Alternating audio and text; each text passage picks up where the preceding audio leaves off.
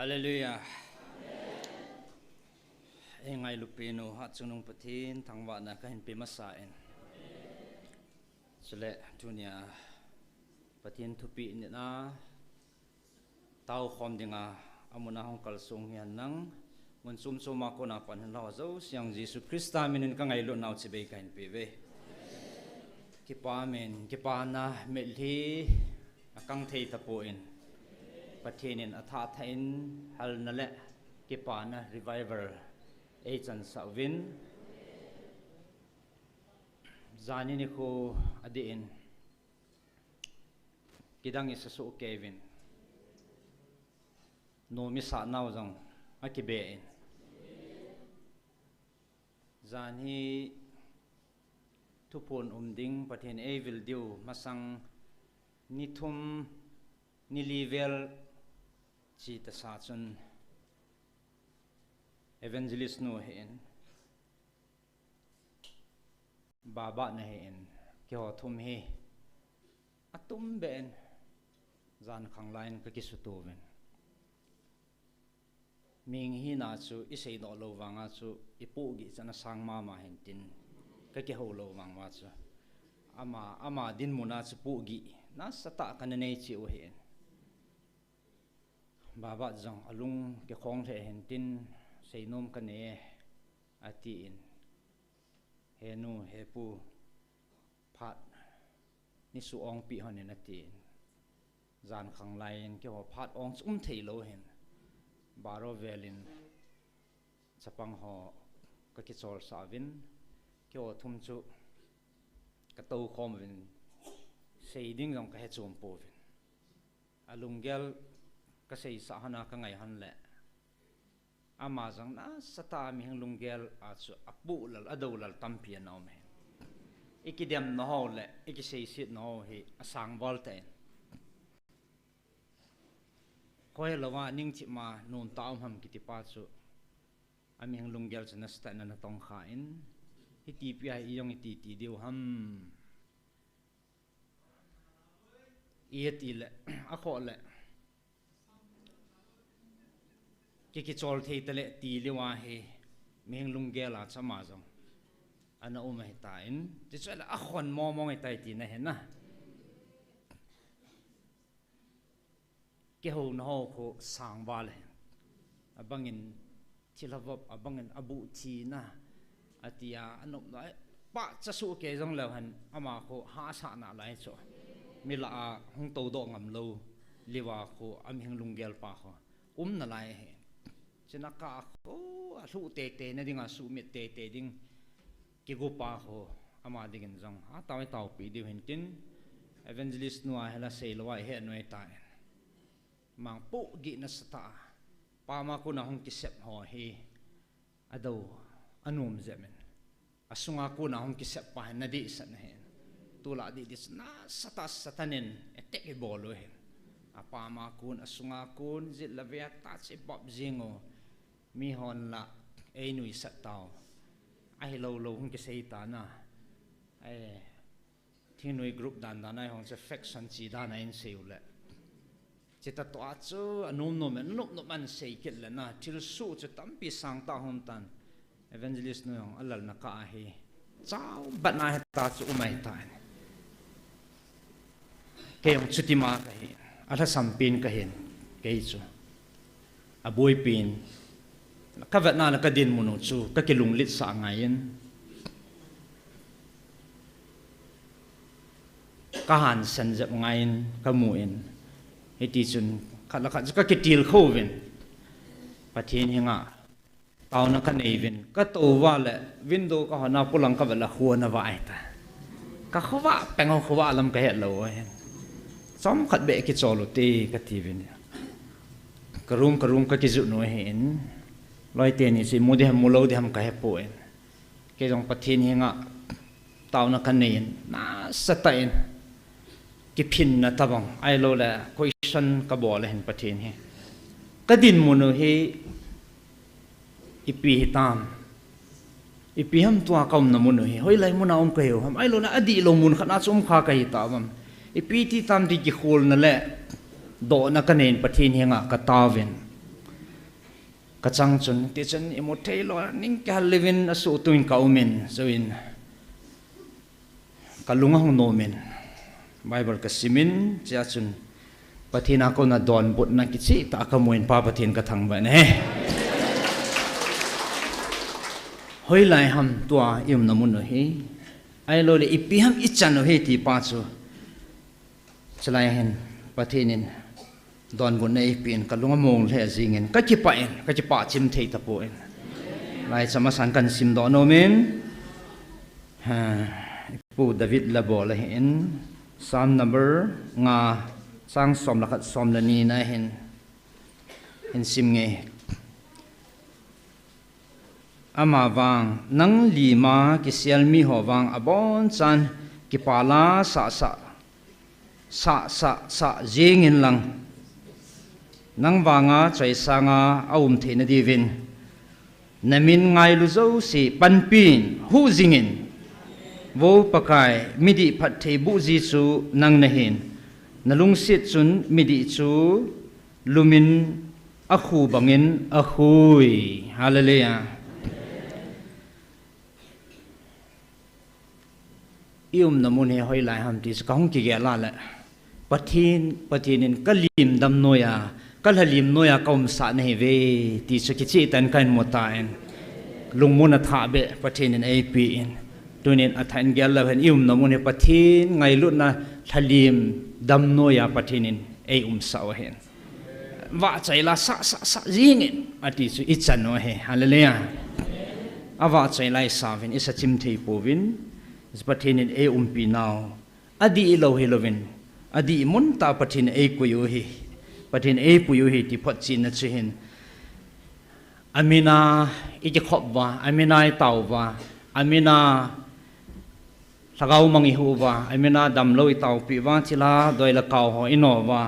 amin ingai lu no namin ngai lu ho chu pathin pan pin hu je pathin ipan pi wam ti kan wa na le ipan pi danu na sata in kamuen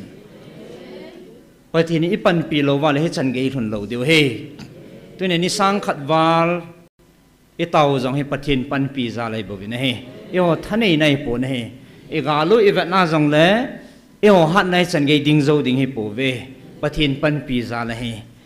chilha doi la kaw ino do ho jong e ho tha ji e poi pathin a tha nai pan pi ji o he Lhagaw mang imat thei na ho jong e ho sei thei wang la e ho bol thei wang khat sa ampon pathin tha wang he ti pa cha tha than kan mun he la pathin ka thang wa chim thei tha po en he a chen nalung sit chun midi chu lumin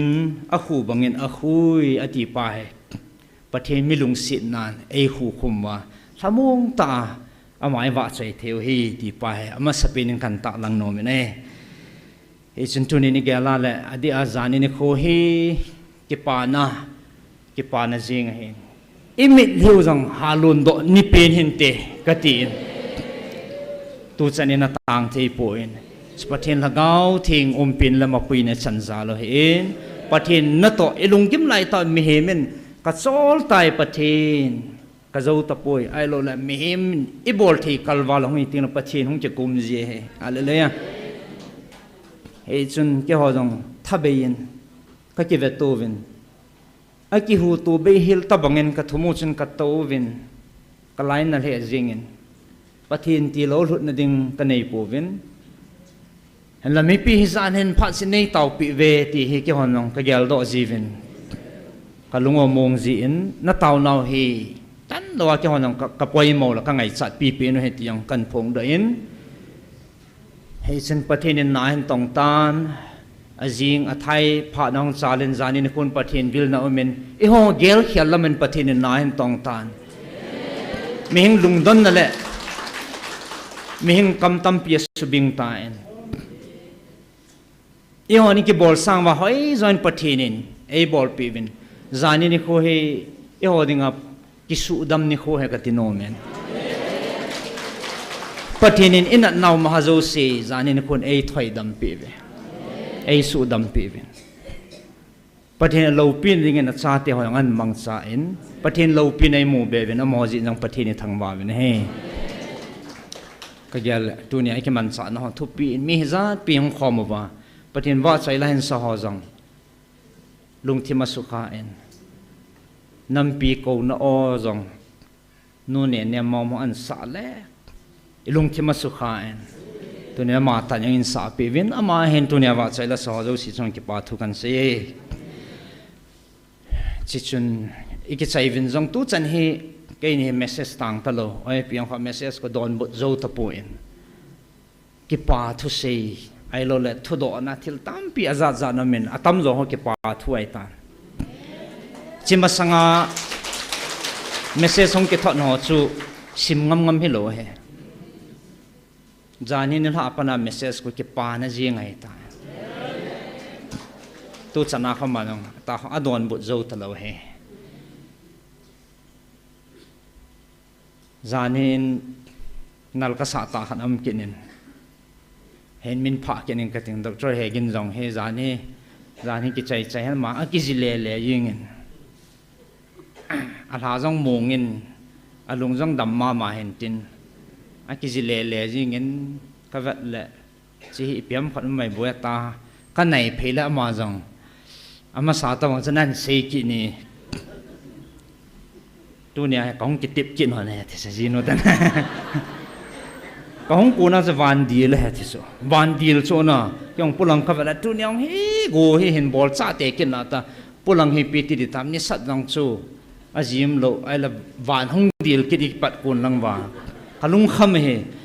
asar ho go lang lu lun ho loi so ka phone loi jing ho nen tal pulen na khai lo ham pi tan ki lung jim ta so asama van deal hin hong kun do aso sa jinu hen tu nyang go je te dan ti pi da ne doctor nu hen aman zloading kan tia te sa tu nyang zloading ate van lang van hon le chim khat nun je te ni khat pan zloading tu nyang sa an tia hong pang ki da ne hen ai la zani chu kidang ta guzu he seva le sa long hoi lan han zu he tu lai ko ta la nong an phai tu so secretary la nong khona an pha elang hi an pha lo so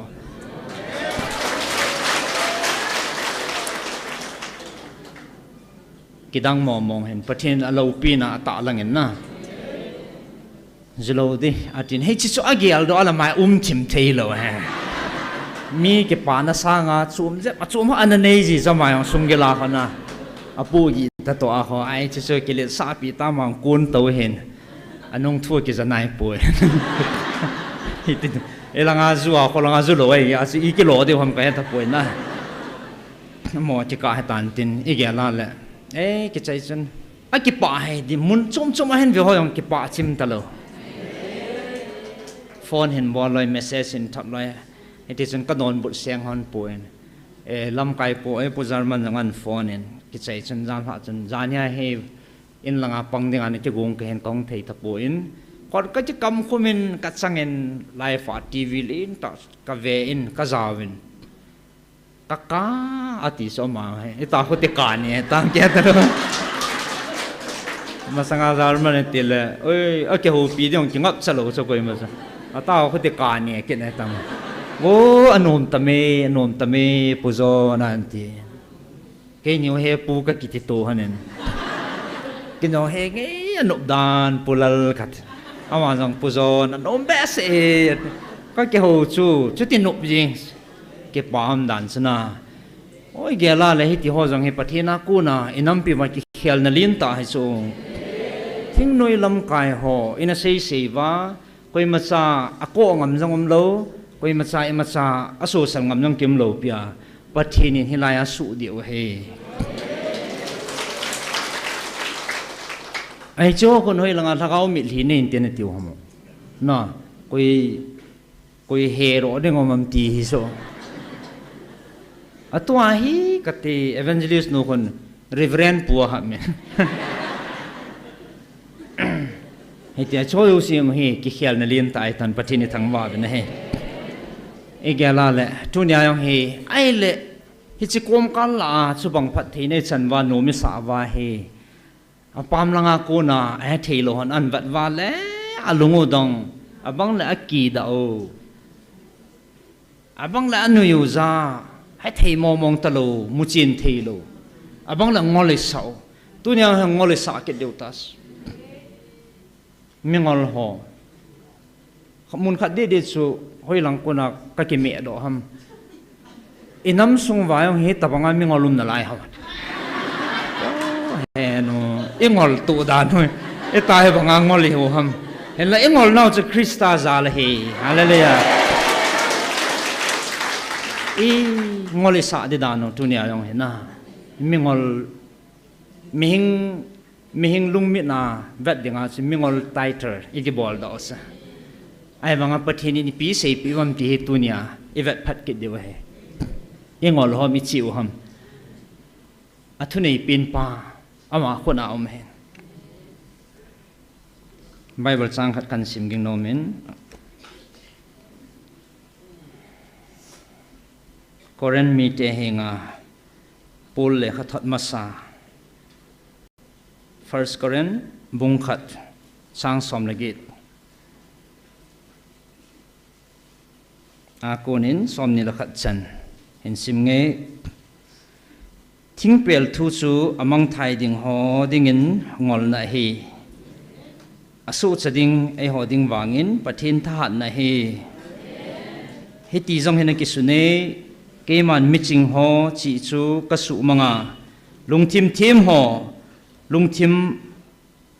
mo ka hi sa ding hi lungthim mo ka hi sa ding hi tin miching hoi ham lekha sun mihil hoi ham tu khanga minil kala hoi baham vanoi leisi chi na chu pathinin ngola ase hello ham pathin chi na in leisit mihim ten ama ho chi na a pathin hello pha na wa ngol hoi thu hila ata san ho hu hing chu pathinin pha asa hi hallelujah ka gela le wang pha ka ki sama main e wang phamo mong ve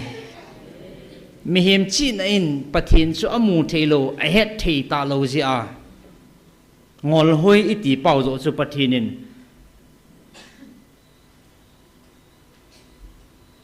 ki hu hing na dinga lagaw mang hu na dinga yong chei chingol hoi zo chu pathinin pha sai bo ve this angole iti pau chuna epizinam tele mihim chi na chu pathin ki mu chin thelo ti phot chin na he ya se thing pel thu chu among thai ding ho adinga ngol hoi he ngol na a hotia le tunia se idin munu se vele han angol langai pan ham aching langai pan ham pathina dinga aching zo heaven pathini thangwa ve pathinin among thai ding na heve ti puvin among thai ding lo la izau kha jivin pathin thang baute ya so among thai ding hoding awang sungol na ngol hoi tai bu ve atin atiale e ngol hoin sa di dan na no chu iti ngolai ngol di tam na mi ngol ho iti ho su ta ai wanga he chi angol ho chu pathinin pha sa man sa he ti bos pathin thang baute chitholon chun zani ni khwa pathinin ei ho pi naw hi velvet na anani kin ho tin izo kham kham wen zo ting la ta nei di hin tin Pathen Lhagaotheng Thuphon 16 July 2026 Thursday 2 p.m. at GMFDI transcribed by Upamang Neo zani iki chai chai wa Upamang Neo ake hol mo pein chilaya hi gulwa na nei diu hetin pathin thupi om hen ki chaina lai sawa chu pathinin a chaina jong e anasi mai tan na hola sa pa na he cha awan til thing in sol pi wa ochanga thupi ong nei kina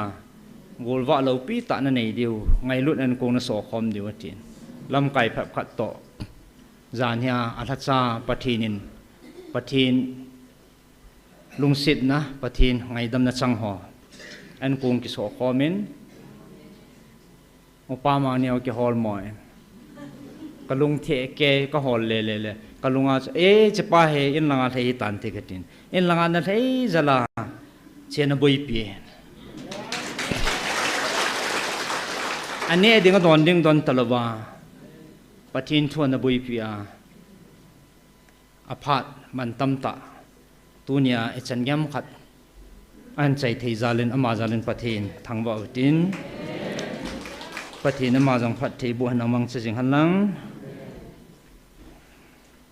zani ngel he jong le akidan dan he Pathen thu chul thei lo chu tunia he ivel vet kit wa sapung na thei thei kan sapung kit na enangai khom kit deu hentin chul lo be ding he atam zo epi kati chulai chu ita itha gel do tampi hom ding hen na ama sapi na he ki pam dan chu ki pa ne o tu chunga he hong kit le ipi ang sei ta de am sei deu si ki chai ta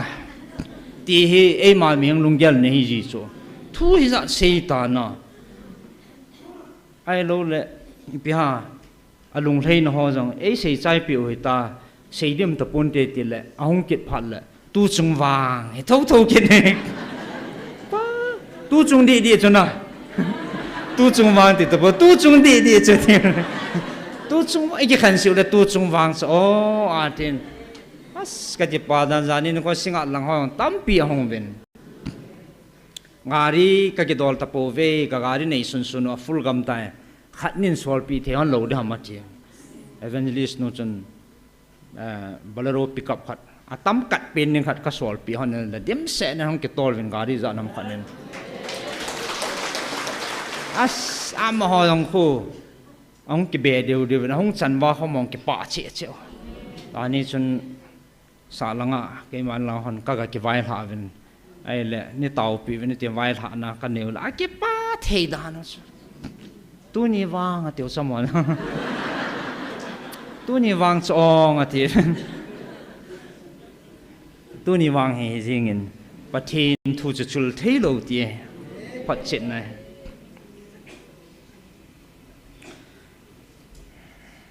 Na chung wa kalunga lei hallelujah he chin dang ho chunga kamu tabang eje wanoi medang te chunga jong kamu no me ati ta cha Pathen hallelujah to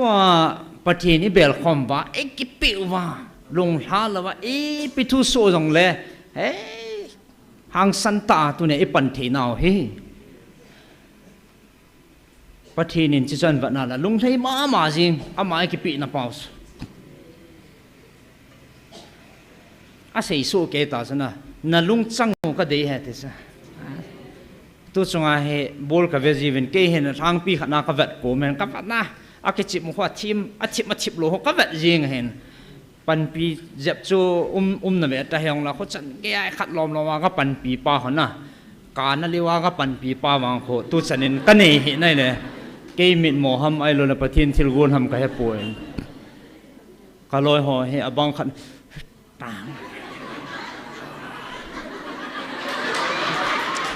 chế văn na vào số nó, lệ trên là thế à, gạt tàu giống, cái xe lệ, cái xe nó lang lệ này à, sẽ phai cái tiền, lùng gia lấy ngày chợ tàu điên mong hẹn na. Yang le chilkhat ke gyal dan masanga ka sorti zindagi ke tiam na echi serial solai ta sangol pi tam pi mi so a serial la chu pasal pa chu epi ta min chu anurat na tiu ham na gyal da adam mo bai a thona wa chu nu pi te si thim khat nen alung thim nama ma je ngama chu lai lut mong dan he chi avat na chu hoi na hen tao nên thu mẹ tiêu rồi, ông đỉnh đoạn, ông bông mi tiền họ, tôi là anurat adam moi thì bên tao nan cọp một tiền, tao nan gel độ tiền, ipi ha alung chima chu, anh ngày sang vào thì làm na, chỉ này hen, trong số thế hen, ai trong lại lấy xịn này na, nó sẽ ta enjoy ball thôi, ông sẽ cái pa đấy gì nghe, cái vật nào lệ imu số kê điều hiện na World Cup lại gì chân neo chân rốt pa na Argentina thì anh mi rồi đàn nó hi neo chả chang cල් tô tô van na anh rồi chứ so i pi ti tên à tàu pi tâm hiện tiệt yang cái giang mồi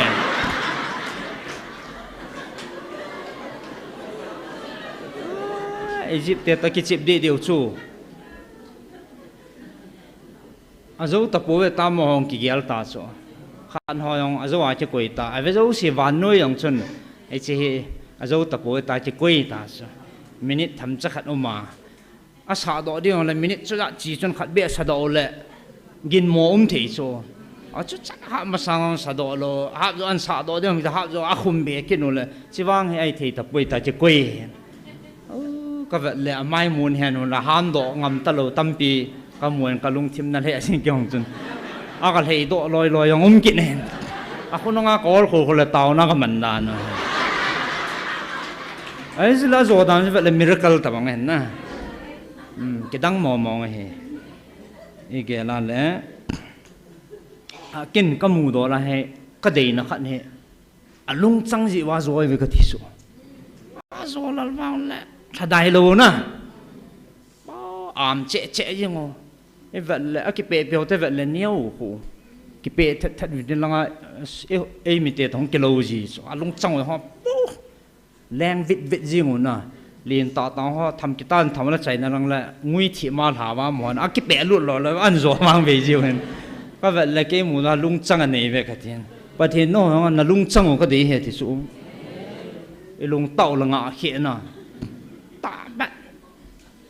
ai chỉ ai mua đầy đàn hơn bát ai chỉ có ngân xia lấy chỉ lung trăng này họ hơn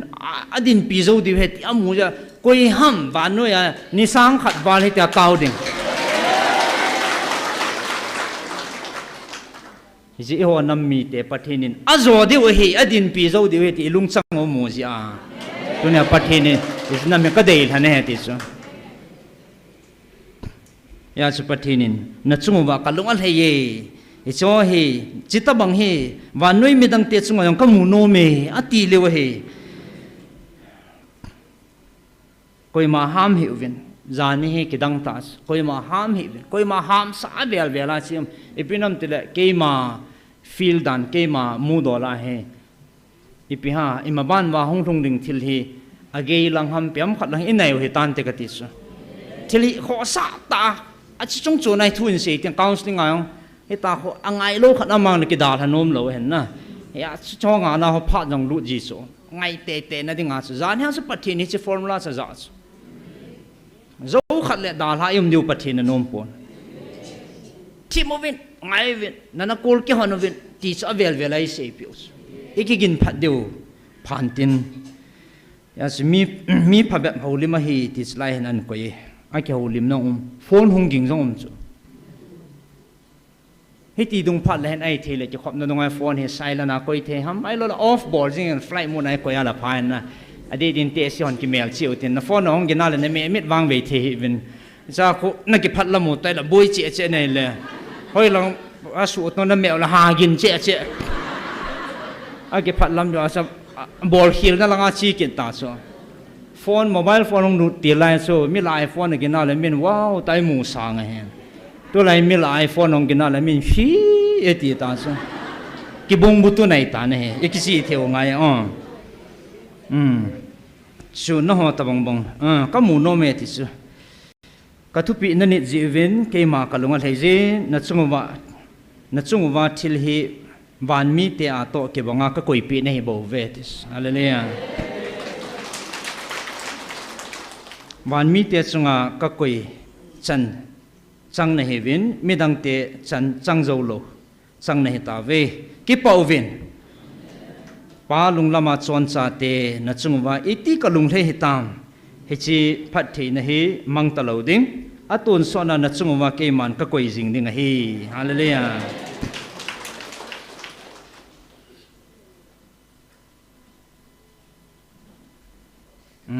aji chunang ho chunga ka koi hi van noya sangena len joy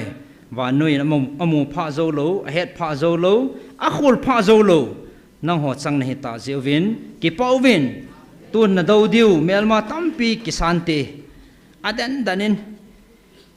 kisiu ventin ahin galzo na chu na pau keima he bove hallelujah pathene ilung thom hau dong het ikisun lal jiu dong het chu es kisung lal hi vin na din piu hi na pau keima ka hi na đâu điu athuk thuk min hung kisi dong la kisi chu tang ki gu jing chu na sa che cha ki gu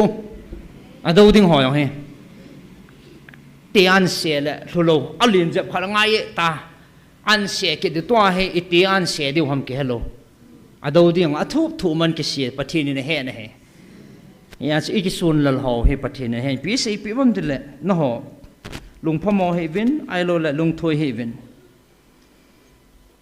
gal zon na na pau ke ma khona um he bove atin lung mong ta thu pi zui diu he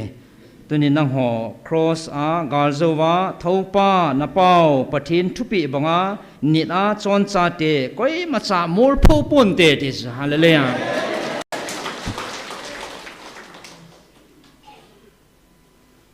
chalai hen lung tim su kha ma ding ka ta sane tuni nang ho na sau hi chi hoi na cheng dinga ka ko ne he pove ke man hi chi ki vai pu na ki gom dinga ka sol na he povin aji chu na belo chu a hinga he pun a chi he bove ve vin hi chol a chu ke man nang ho chu ka ko chum na hi ve aji chu ke man nang ho hena sa he tabang a chila chu hlading in ke man ka phal povin nang ho hi ke ma chen na ka ho in thing na hi ve Pathen Lhagaotheng in thing di ta pathen ho in chu chlai chi chu pathen a vet nei bove khona ki sa thu pi ta ho kho thu pi chana pathen ki pai poi hoin thu pi tai sa wa asunga lagao mang thai ding a chi tampi pathen na mu he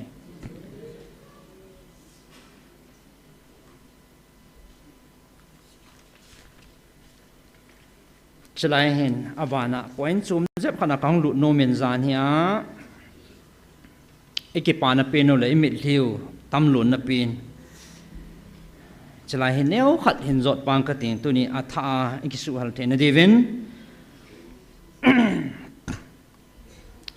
khat vi hap tala masala jap chun pastor thang neu jong na satain ama jong hi ki ngai sit na ai lo le mila da do ngam lo tabangin hin kho mangin alo na ji he ong ki um po in ya sama jong ipiham pathin thil gun jong hentin ai lo le ipiha mem hi na se seikil se wal jong the hen si mi te hele ek tau pi wa ek hil thim tho wa ek to sat deu hen e ho te he koi ni pian seikil lam ti lai zo hi chan wa itila ka wa lu dam ti te hiu cho ge la le ma jong se hi na ma win ipiha akam tam pin kitile ngai pon na thu ha sei loi pi na thu mun chang tam pin loi hen ang lut ma sa he ta thanin pathin ma mang chama ma in se kil jong the mo hi jong le cha chu pathin avet pa chu pakai ka hil tai ni ngai da min tia lung ki si nei nei diu pa chu pathin nga he chu hi chi nei lo wa i lung ta wa ikilit sa wa ka di nai tia thi mi ki chan pa chu pathin thuai ta po en o a khoti ta le kuni pi siang la thi bia tho a don bot lawa eta alung gilanga ki si na pa ja pathen an mu pi ta en eti chun nam pi he ja pi he nen pathen ama ngai da ma chanin an phung do ta en asudam sel ta ne le tunin mai an sel en om thei tan ti chu pathena ko ne tun ke man atau dinga kangan si kami pan ati pastor thangneu se na hen lung ki si na sata anayin ama hen nai sawin melma pa ko na sugan theina na chana tame ahin tunin nangma na lunga ki hongtan na chunga melma pa na to keima kasu ho pi tai me min na tai tom jong le na pa keiman kangai dam le he chu a phai tin ki san zon pathinin mi asu thinga angai dam ting le thieng jing he na dam sel jing he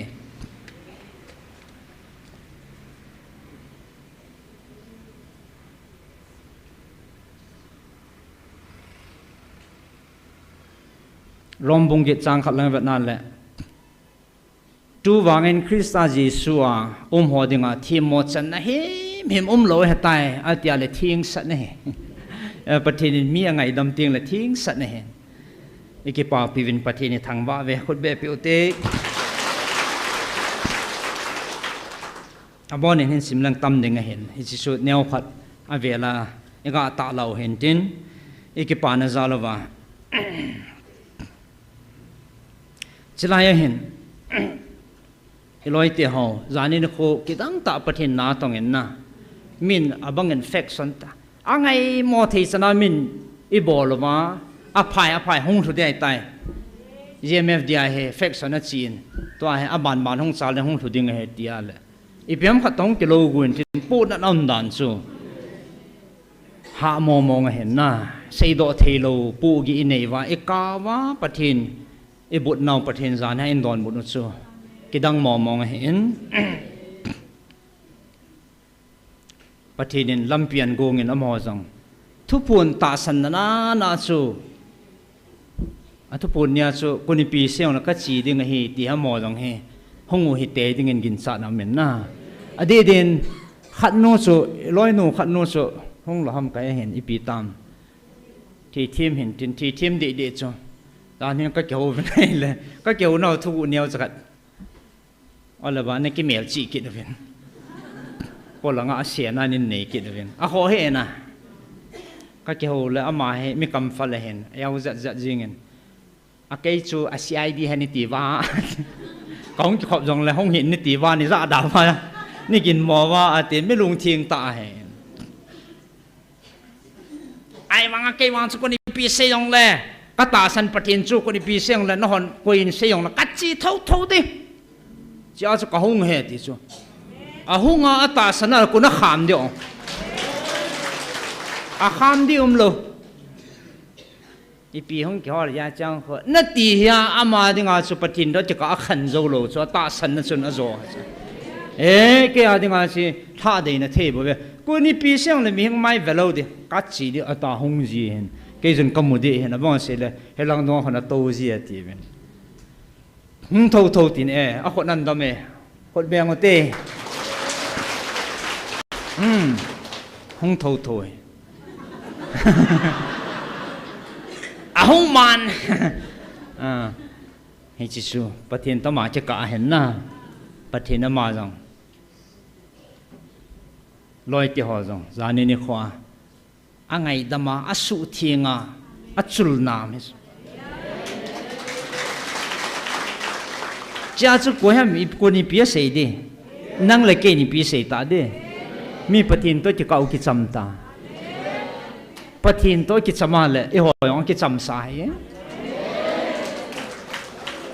alo pi ka cha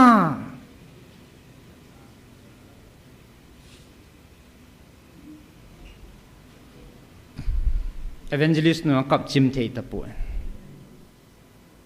zani ka nau mi thi ke pa na mi thi pathin jong a ke pa da na lung thei da ni mo ve ka cha awa mang khat ong ki le chu itika ki pa he ta ma thi sa ka he nga hin solven ipi hong ke hol ya ti the ta lo chu ka he nga hin solven ti la ko ha ting di ating di lo pathin hin solvin nung lang pin pam lang pin na to pathin na ko lu na abula to sa cha le le a keng bula to sa a ho pia ngai lu na chung nung pin he ichan no he pathin masanga ki sial the hi lo da nong phot chet nei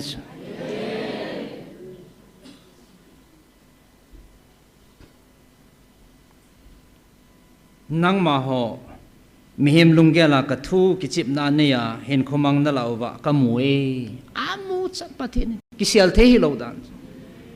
ichi ho nang ho dinga ki si na phat aum jing na la ye pathin ki si na phat nei piu chu iki pa naw sang pi na he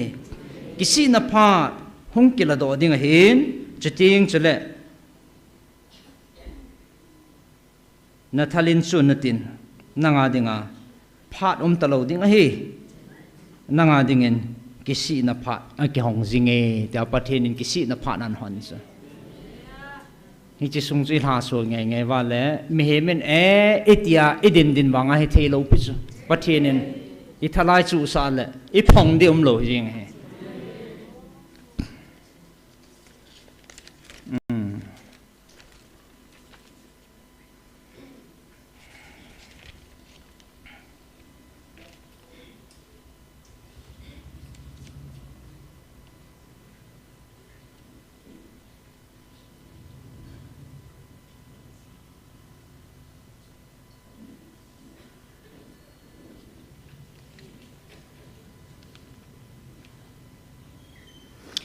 hi chi mihim thu hil le thu sa chon na nangin hi chi hat chunung van Pathen ke ma ap momong hi natin a hi pui natil khowa chu mihim hi mihim thu sa na chon nei bove kangin kelap thei pon natin kangin jam thei pon natin mihim lungpuna na thil kon chu hi chi chu mi tam ta ke palnan apang tan apang man na he mi tam ta lung thoi na le ke palna tampia thung manin kami te na pui sitan a thing ho na subu tan mon thing za nam phan isu bu mano hen chalai ta chun iloi nu ma chun za nya ka kyol ei chil khal kan kyal dai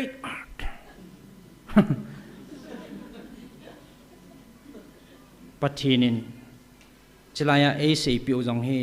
tao nó tất thua lung kila lung con hong quá mai độ và phải cái trái ngày lâu là ai lâu và ấy cái lạ hiểu thiếu thì vật san này hè ina cái lạ hiểu thiếu hè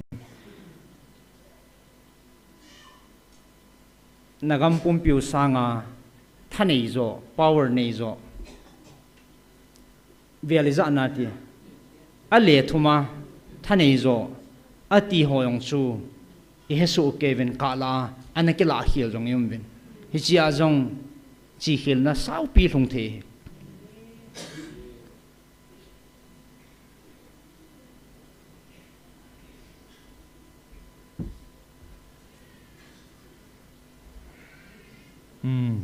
chan ka sei chan ne the motin mi min hi ka phanom ji hen mi khanen an phoning ke man ka gun tabang banga na bol de he ti khan au me ti so hi si Pathen a het chat ti na hen mi him thu hil le thu sa chon na hi ve ti so mi him thu sa na chi che hin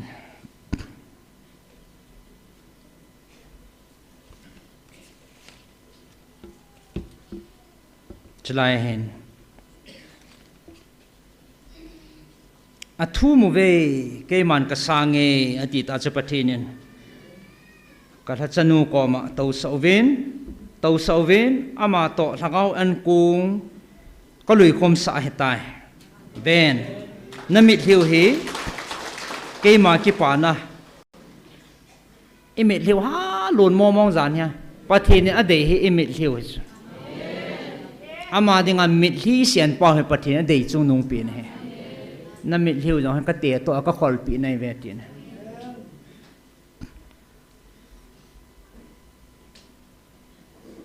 namit hiu hi ke ma ki pa na amu vin imit hiu chun Pathen ki pa na amu sa he so is van mi ten na he so pi ve tis thagau mang hong ki le a chu tu hin ke ho la a tha thei ta ding a hi ati vin van mi ten jong na he so pi ve tis hallelujah ven tun thagau an kung su lui khom ta vin atin ama he lai evangelist hoinu asai na hin keiman wa chaila ama hi keiman wa chaila sadinga keiman ka ko hin Pathen ako na pa he awa chaila sadinga ko he Pathen thangba na man na Pathen in talan chum ko he tune i talan no ki vet phat no nga entin chi sa bon sa Pathen in i hi na dung jui chi wa iman sa no mo he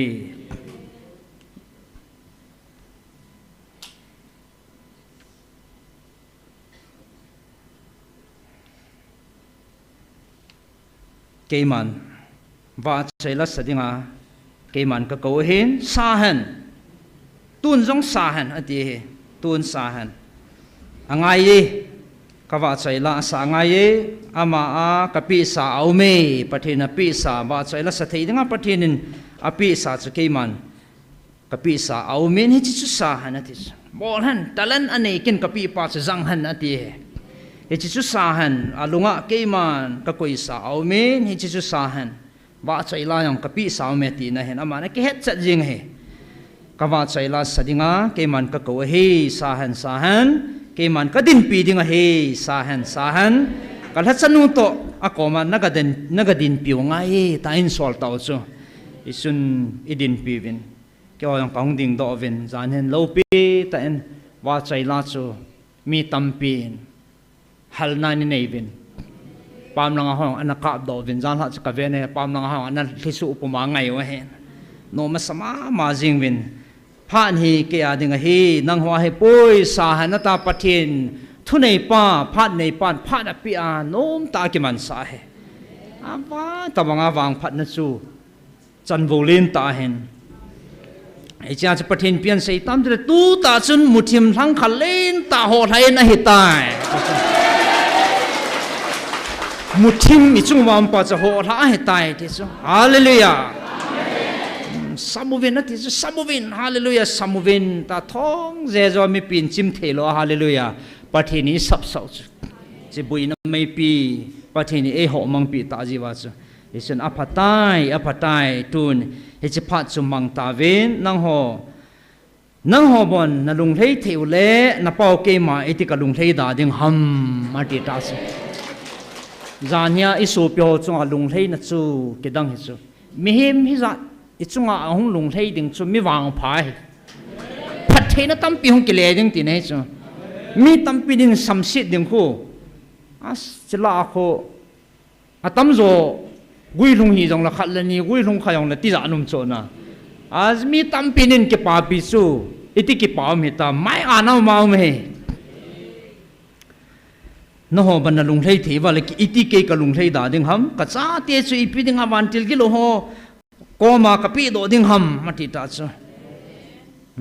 ja chawa chaila sa satan ka tha chanu to akoma na din pi ngai ji atin mi pin jong kapum puma asa hu eta chu chi mang ta lo ding he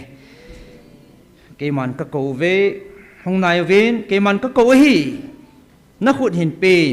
hong nai jin even hoi nu khut atuin ka cha tu kalwa mang te e napa de bo supi hingdingin kigel hatan pathinin ipidinga de ham zanena seita ne hi chi chu supi hingdingin tigun tukal nei kilap santa in kapum puma se he chi thagau o chun wa mang te in tun nang hi kema la a abula towa dinga kema ewa chai jing ho la khatna na panning he pathinin appointment a pi pe na to ding abula na to ding wa chai la ki sa ting le alam kai pi na pan de tis hallelujah nei sugim te in tis pathin line mo mong he nei sugim te in aji chu kangai lut na hi nang ding na thing se ne tun thagau an kong khom din kala chanu ko ma to sawin keman ka hesu nan vevin tuni hi golwa ni lo pium ding hi aji chu awa amang sa chu ong kinung le tan tuni hin golwa na an kong ding hi hi chu thagau an kong to na khom deu hi chun amang sa chu tua kamu kit na hitai ven nakisi na kakisan na pa kema na chunga kalunga heitan kacha kalung thei na cha hejing tan keman ka sang tai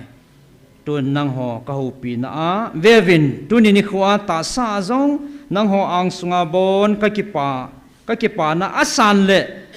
van mun phat le echini khuting le na ho zo si to kanalam to a ekimu khom na diu chu itin no ma num ta dem hichini khu chu ke man ka nga he bove zani ni khwa pathin chom chang ki man pi khom ma ban chobanga no mi sa wa le tun so na i chen khom deu kananga wa ikilam to wa ikimu deu itin no de tam pathin no chu ka nga la le ti e ho no nga lal ta ve chi zan hia inat no pathinin e su dam naw tunia atha igel do wa itaw wa ai lo le ikisu hal thein de wa chu atha ka sei banga chu tunia kan sim do kin hentin kan su lang kin hentin zan hingel ngai wanga si slai la chu tampi inaman sa kin me theu ta sa zan ya hi pathinin tampi pi ha e ho chunga ki pa na jong yong sei pi vin inat na ho yong su dam pi vin gal chung chang le maban ho yong sei pi vin ata san lo han yau khat aung hi khan be ki na he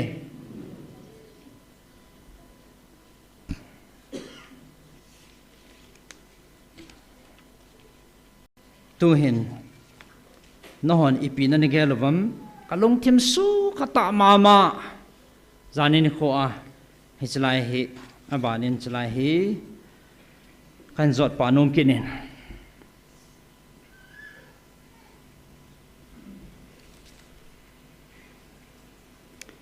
zania he alopi na kidang ta chumbe khat I chano chi pi ham tile hang sam chumbe khat hong ki sol he nan het wa an he lo yong me he itia na ngai wa o kai chila ka ki palu lu na apat ta chu til hi I feel pa hong ki khel ji so na chapang ekipa la ya alung dong yong nom chu doctor he ki na sei na ha mo at ti lo yong omen amo chu ko mo di pui abong kon khat yo han nom tai to thein ni dewa ki saboi ho kalong tan khat chu alu lu hai lung lu ta thu ngai hom ki hello ole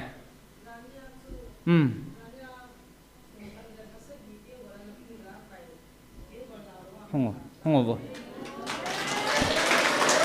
hong oi ki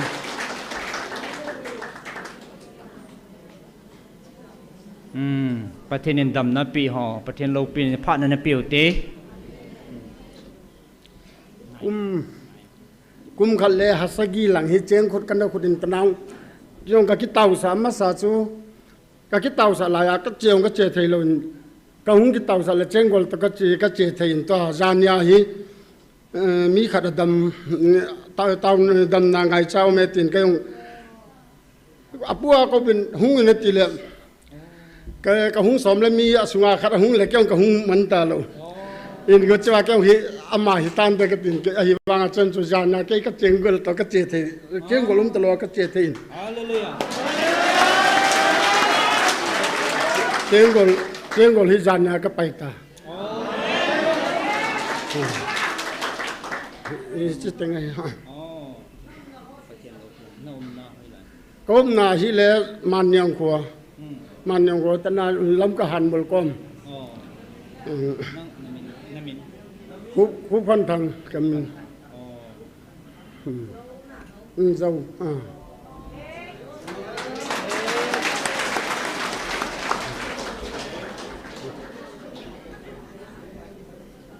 hallelujah dâu anh tỷ lệ ôi bố George amai ông ăn hả anh ông sao vậy mẹ aloi họ là ông đỏ đôi Pathen khăn tụi mình này lâu bia lại na mi khát ati khát đã đến phá mà này cái phá làm đàn này Pathen nó bốn cháu kia thì ngà khát này bố về kum isa đã tìm mà hả thật sự gì kum khát lên thật sự gì tiếng gọi cái phút zania Pathen đam na pi ai thấy lô họ con đi bí tiền xây cái điều ta, ôi làm phải phải là ngon rồi về tiền đi, Pathen lâu pi nó im mù phá nó là chỉ là nó sụt đam hết, làm cho chúng mình coi được nôm nó cái Satan thế na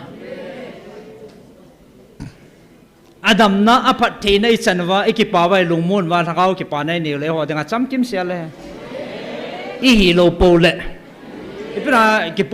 puna ke jiu athil haban ho lo min thil ho ti la bol lo di cho na no la ho ni ti o ka ho lo po la phai nge ti la ki chai ole a ho dan na chu thil ho ti wa cha ha mình chỉ lâu nó tì vang sao hậu đan đan nó lung neo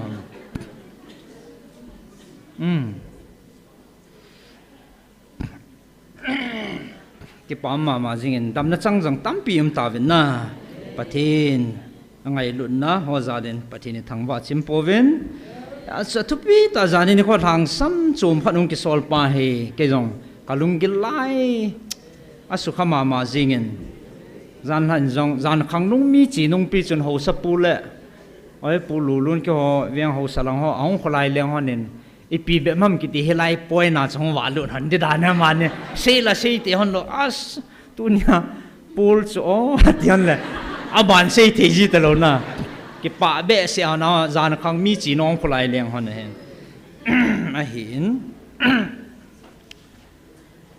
cái đăng mò mò nghe cha chu ipim tam de tu in van mi khat adi ta so na van mi khat na ho pi de wa ke man phat ka pi ding hin ama he ke man kanaza le kanaman cha sa hin ama chu koi hamiti le kathu suna anapanga e chulai oi mo thelo ho kathu suna atila azapil ho chan doctor hegin atio he kathu suna anapanga tunya na simule na zau kihil na na nei jingu kami pa pul he salele kimin pha na kimin pha Pathenin sol to keta akidan dan so oh lo pi dan he pul ama pha nong kipitan mi te ho pin dinga hingjing ha chungnung Pathen thu sa na hi keiman kapal theipon vevin Pathen thu sa ya kapal theipoi ti kapal ke theipon keima jong nang ho banga mihim kanahin ati chu keong no ho banga mihim kanahin mihima kalsung le thoha na bawa Pathen mina galzo chu kanahi in lungsit nam na ana thu na ho he gela thoha na gal kan zoi boya ti chu ahin nang ho katip na hi koi macha ha chunung Pathenin mihim ta sa kinung le dinga aphal khapun ahin ama ta jing jong ahung ki phun le ke ho ami te ami thing ho nang ho to ki ho thei dinga phal na hi ap in amin ka thang ba e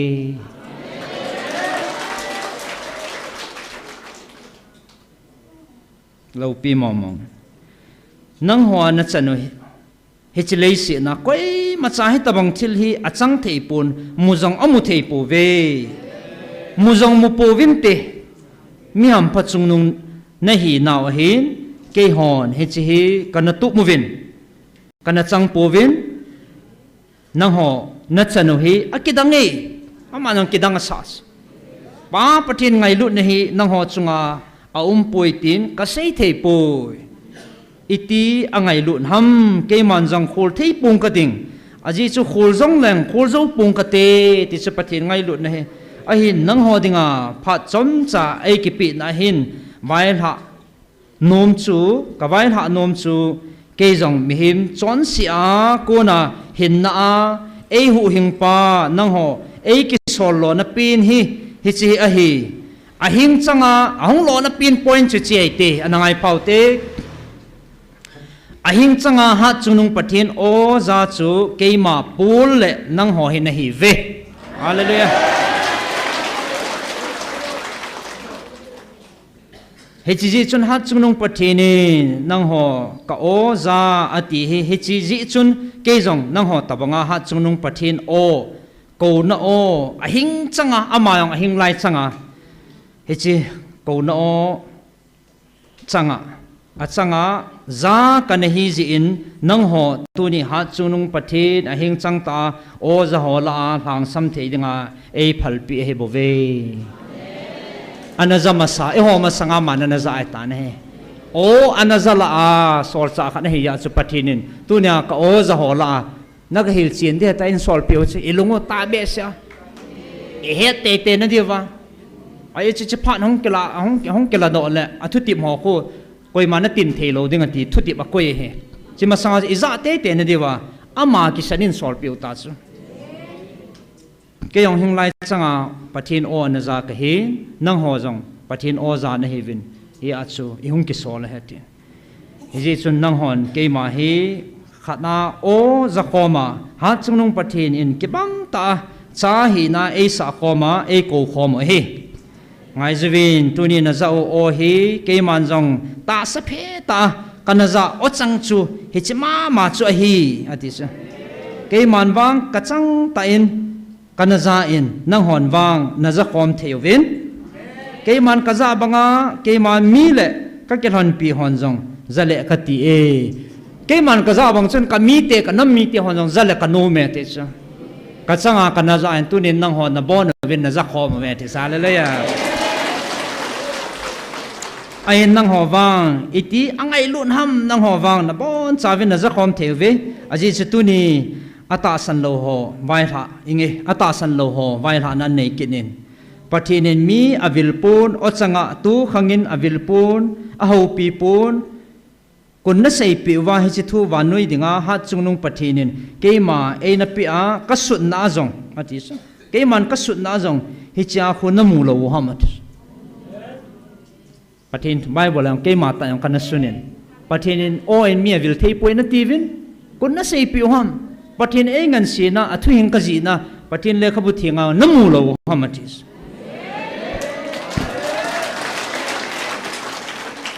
keima thu sim ta jong keima hat chunung pathinin e vila a o a jong e kovin tunin nang ho jong na viluvin o a na ko panu he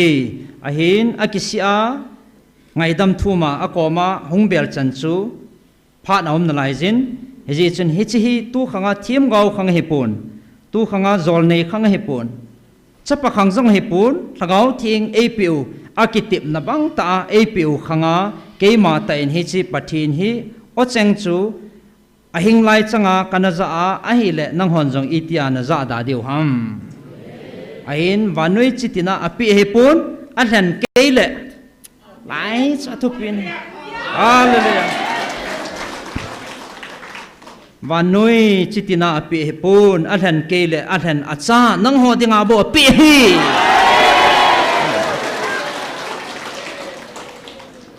khungai sot na lai ding ne hevem tunia ata san thelo ho a ho pi na ta ne he khungai sot na lai ding ne vem a he poi ko na ki ti hi a pha cha la ngai e ti tun nang ho ata san ho dia ke man tunia e ki chu san le e ki pi na chu ke man ka se chai tan tun ke ma ching ka ting ka om na ma a ki chol ki ta nge a hin hi chi thu pa hi nang ho ke man ka ki chol na muna hi nang ho zong na hung na diu ni kho chu ke man ka nga he chi ma son e nga jingo he lai mun thong dinga cha chi chun ong ki khel ki tan Pathen Lhagaotheng ama man phat mun en lo pi ke tawin wan mi te ka ho pi na ana chang ta sa sol pula ka le ama chu ka o chang ta a mina sol tia o chang ana zama sa chu pul ama chu hi e tuin aban nang ho hi aza khom dinga cha a de thana ka oza cha te nahi ta jiwin ki pawin keman ama chen na le namuna keman ka chol du sa ding nahi ve hallelujah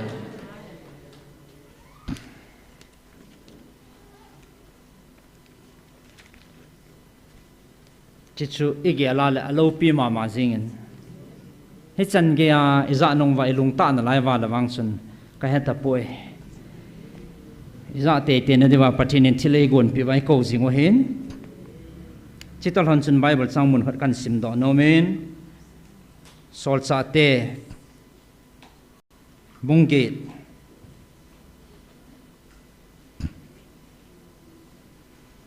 chang khana konin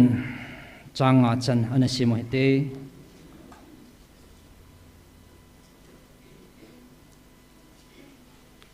X bungget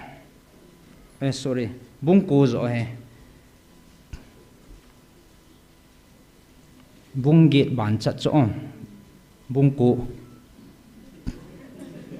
Jesus Christa dia sol hin kho ki kher akitin sol wang se pakai se ji ho gi sal le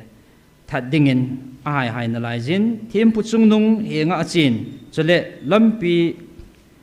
lampi ta san chan chu ko hi jong le amu mu no me jong pasal jong akana Jerusalem ain kai the na dingin Damascus ti khop na hot dingin lekha aga thu me chule achi le Damascus ko athun ding konin phulo Halloween wana kun wa khanin avel asalwa su jingin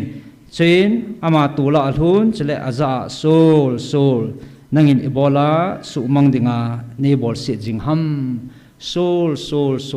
ama nang chi anaza he hallelujah pathin anakona o chwe kinong kanaza in ati yung sei pi naw sol nangin Ebola su mangdinga nebol sit jingham tia kisei o azana he hallelujah atu isim no pathin pathe bo hanlang tao khom na ene deu hin achai na dingin chilai hin gal lang chung chang thu lang he tham khat achai na dingin imabano to thanin kan zot pa no men khoti lo ale chom in na boy jiven pathin ipiti don budwam imaban deu la egalo chung chang thu a he don bud na le pathin kam changa angai lut na o he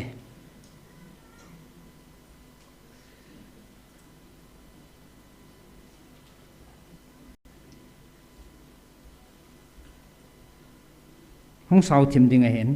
kang chala kan sim ding a he lung lut tain hetu te ne nangai so keutin ven tu hin nanam piwa gal thu in na tauwin nei dongovin hichi nagalu hi aum hi pon aum lo hi bove napau keiman nang ho ngai lut na ka ko zala hi bove hichi thil hi galin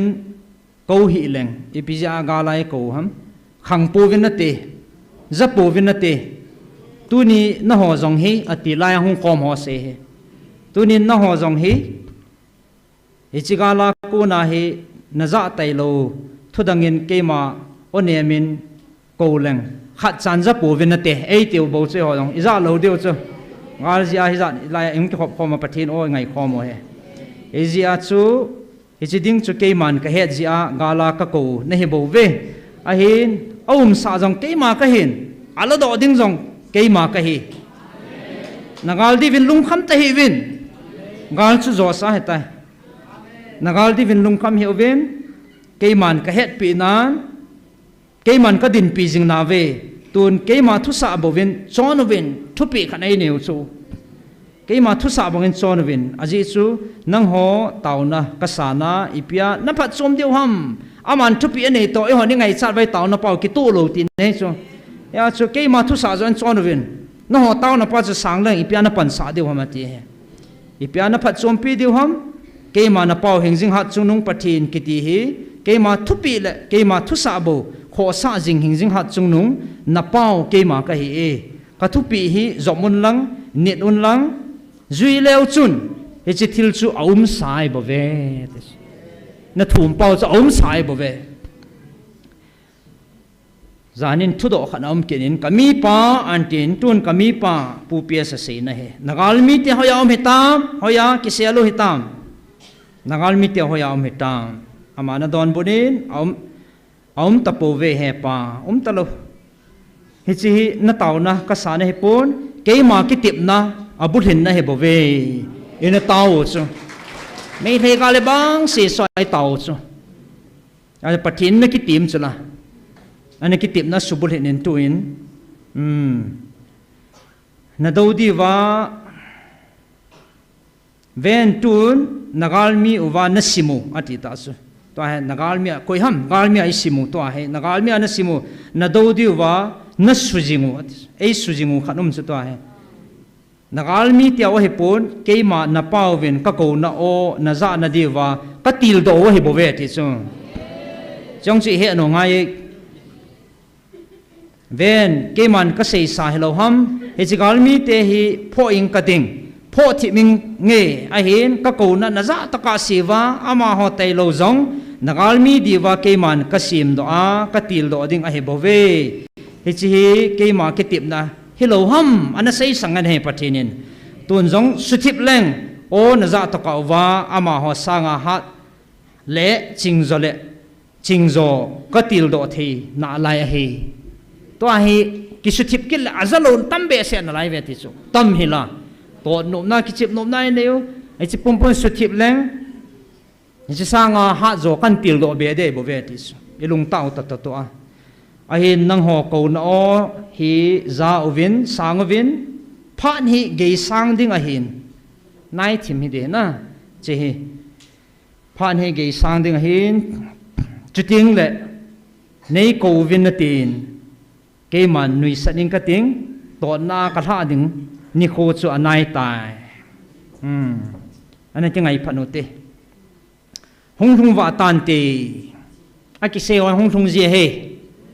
na thung lo kha cham pon a thun pha le he koi ji tho he ki hung la ne ki se e ho la thalo pina epizin pathin za la he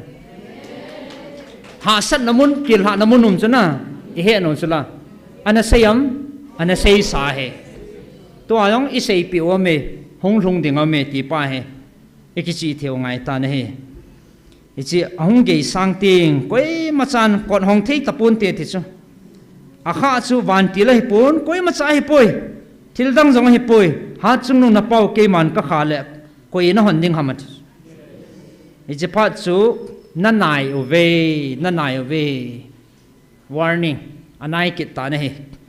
a hin hi chi pha chu ge sang ding hin hi chi pha chu hung ki chai wa tan te hi chi pha na chu alap chang si chu hoi do intin alap lo chang si chu matha ding ai bo ve sep khan na koi be he hi chi pha chu anai ta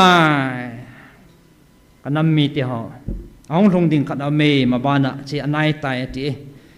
na ho la a dam na thuma ataw na om ve azo chu na ga mu ta ve mi khat na hin hong ding do han hi chi pen hin mi la konin mi phabep khat hong ding do ve na ta san na chun na dam tai atin adam tai imu ve patin thang ba ve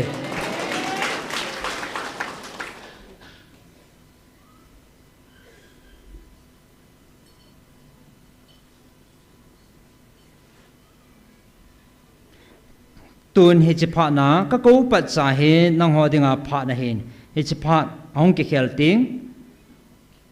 na khoi sat naw sangen tin lei levan na vet no le dong in tin nangat nalang zo siu nang ho dia mun lova hi chi matha na hi chi ni khu chun na hin thun khum na diu anai tai chiting chule nei covid na tin ke man za tapung ka tin chiting chule ei hol vinatin ke man don but tapungi tu hi aphat cha he patin ko no za pha na hol pha ne na hung na diu phat cha he a hin zapo vinate na longu chu agilo pa ko na sial manga su manga na hi ta ve ama tha dinga chu matha han ama matha ta han hu hing chang dinga chu chang ta han tun velvin ki pana en kung sagau en kung chu kasim tan keima khat jinga jong kisi na chu keima lunglei ka hi bove mi khat hong kisi, si, จง le ke ya dinga thing se ne a hi na do zong hi mi hem khat to a hi dem ilung gel ba mi hem thu sa hi dem mi hem kam changa na gel tawin o keima hi chi mi hem kam chang na tiu chu na pau keima na don but dingun keiman ka o ka hin su a nang ho dinga phat ka hon hi he chi hi aki chai ting mi hem kam changa na don but pau hi keima kam changa thal le him le cham zama ka don but ding na hi ve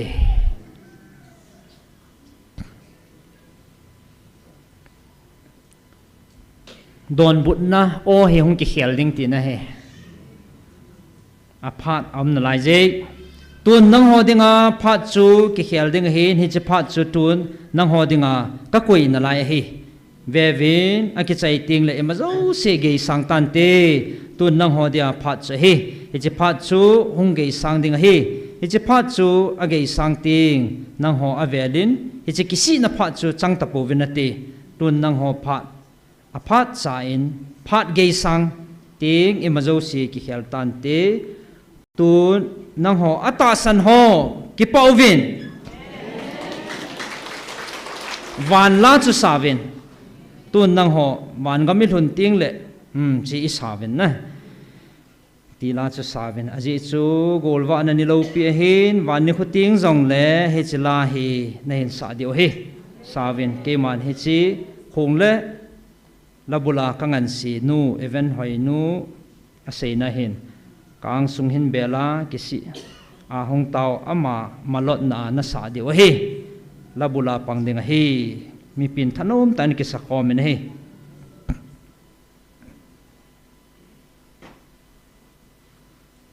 ke man kavil na tang pon tin he to sa na dinga gabriel van til ching hi chi chu hi chan chu hin aban hi pathin phat phai piu le adang dang lam kai dang hon jong sei thei chan hin sei ket na ven tin chule he chan chu tu nia ekitil kho na dewa phat kan la hen tin kan la so jap tain kengai thiamutin pakai dinga phat i tampi chan wa si man lo he tyong gel lo he tin na ki pam le jingin tu ni in pathin hinga e bon chan ki pa thu seu te ki pa thu seu tin inam wa dingen pathin hinga kop thei chan ana kop mo he ten adi lam kai ho hen sta le chelanga nisia taw nai lam kai ho jong kop jing hoi tin sung langa ke ho jong taw na ngai ching kai vin jing ting le saturday talham counseling ke ding a hin cha hen na taw naw ka ngai sama ma in ke ho jong mem ima hello patinin e man sau patin that na zala mi adinga angol hi wangma chu aching hon het thei ta lo ja cha angol chu pathin ka phal pi he te bovin e si mangcha chu pathin mi tam pi a hu do hen a chu taw na a jing ni kwa lagaw mang mana om thea counseling lot hen ni jong taw na an ne ute ti chu hen henge tun i bon chan e ma hi the na chen taw na ne hutin ke man a chai na hen nei ta nge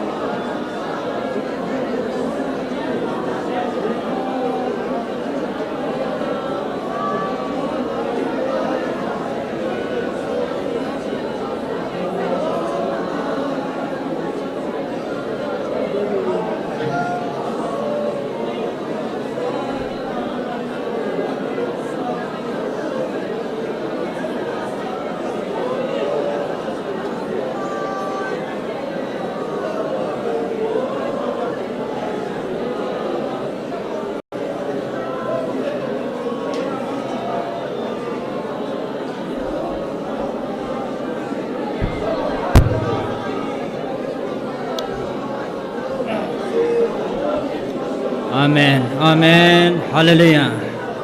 Kapau hatsunung kapatino. Kachipau ve hepa. Tuninin ko namapuy na katsangavin. Naminting laupi za amtakan thangbavin. Hey. Pakai kapano kitub sela katsay te zalo naminting kan thangbave. Kanampiw hinang man. Amang thadingan ni ko hepon.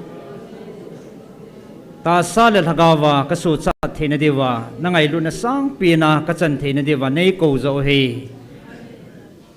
ti tunina thain kamuthei bin namin theng kan thangba ve nang ma in gala tul hole ham sit na wang sit na chum chuma he nei gi u he po in kalung ta ji wa lung ka he thena dewa kalung ta ta to wa nang ma in thil nei gun pi o he zo e tunia kagay sang lo na diwle apat sa nang ma o kazawa ta sa Lhagawa nang ma lung thei na hong sunga kalut thei na diwa na ko no za thei dingin tunin kanam piu jang kabon chan phat thei nei bo vin mi hizat hin kalunggut siu nang sung na kom kan thut vin ka hong taw khom lung si na e san pi divin kapakayo e hu hing pu na je Jesu Krista mina ka hong taw khom hi amen Pathen na bo hano